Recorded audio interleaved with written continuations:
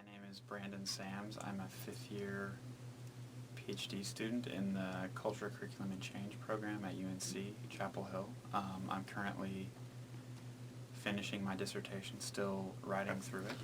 The title currently is Reading Acts, an Inquiry into Reading and Teaching. It struck me that we know a lot about critical reading, aesthetic reading, and efferent reading, but I wasn't reading a lot in the literature about pedagogical reading experience or how teachers experience reading a text to teach it. As far as method goes, how are we to gather data? How are we to keep track of our reading experience as we imagine the students and as we imagine pedagogy?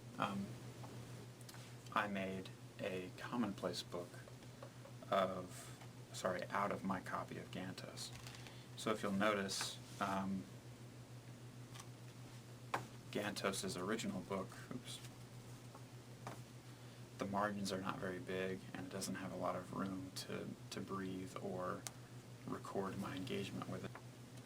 I was a little uneasy about this, but I destroyed my codex of Gantos. I cut it up with an X-Acto knife, and I copied each individual page onto larger 8x11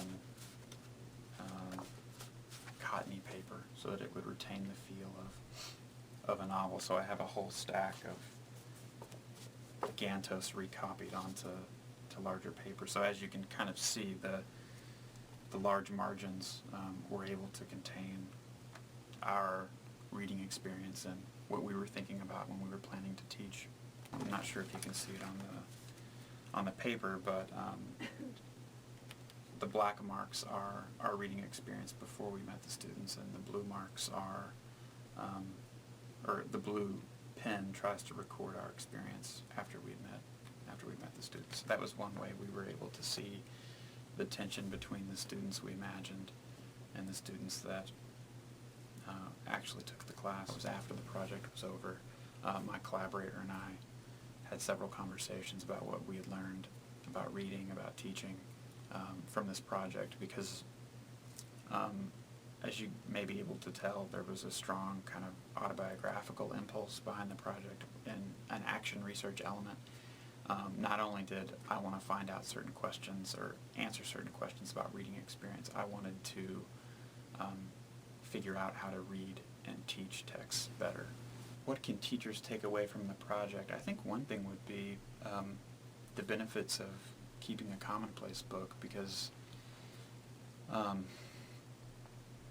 in some ways it's a very ordinary experience. It turns a literary text into a kind of scrapbook, a place where a history of reading and teaching can gather together. So I imagine that it would be beneficial for a teacher who plans on teaching a text multiple times to turn that text into a commonplace book, because it can be a nice and interesting archive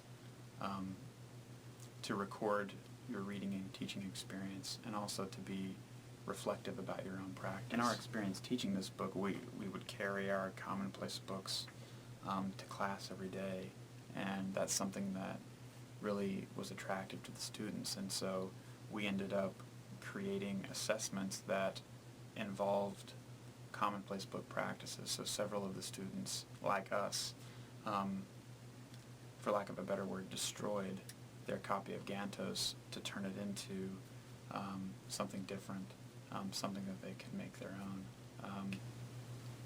The notion of commonplacing involves writing in your book. So that kind of helps break down the wall between the student and the ostensibly sacred texts, and it can be a way of encouraging students to take up a critical and inventive and even creative posture towards text and towards reading.